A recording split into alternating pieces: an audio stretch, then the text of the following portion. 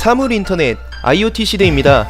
집안에 인터넷에 연결되어 있는 기기만 해도 TV, 냉장고, 핸드폰, 노트북, 타블렛 참 많습니다.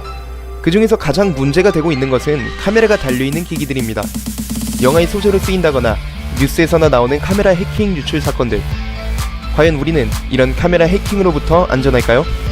과거 골목과 도로 위의 카메라는 인터넷과 연동하지 않기 때문에 인터넷을 통해서 영상을 가로챈다거나 정보를 수집한다거나 하기가 어려웠습니다.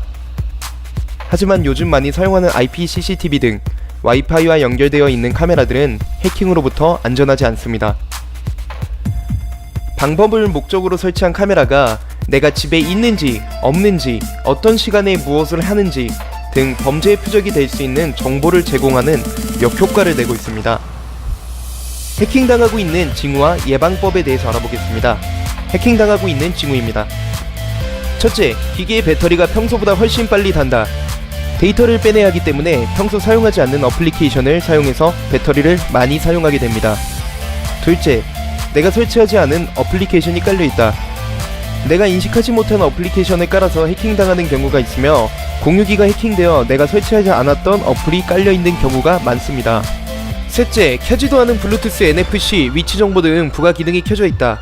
원격으로 핸드폰을 조정할 수 있기 때문에 이런 경우가 생깁니다.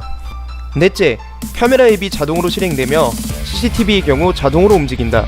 해킹의 목적은 단순 광고를 보여준다거나 개인정보 수집을 한다거나 하는 등의 목적일 수 있겠지만 당신의 생활을 영상으로 담아서 유출한다거나 등의 목적이 있을 수도 있습니다.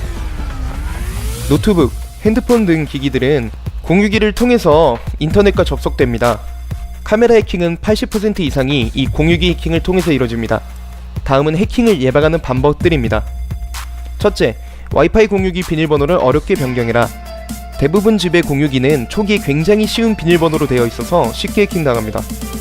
둘째, 기기를 사용하지 않을 때에는 인터넷 접속을 끊어라.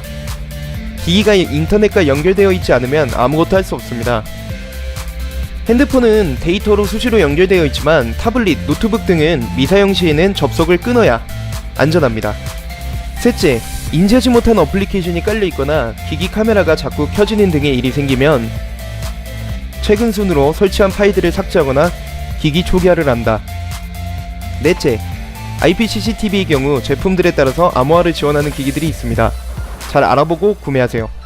그리고 혹시 카메라가 내가 조정 안 했는데 움직이는 것 같다면 원초적인 방법으로 방울을 달거나 카메라 위에 물건을 올려놓아서 실제로 타인이 조종하고 있는지 확인할 수 있습니다.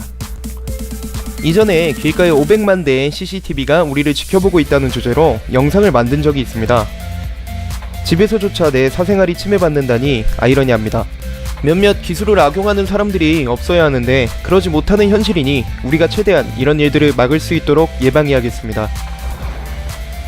도움이 되셨나요? 도움이 되셨다면 구독과 좋아요 부탁드립니다. 가치 있는 정보를 전해주는 채널 벨루였습니다.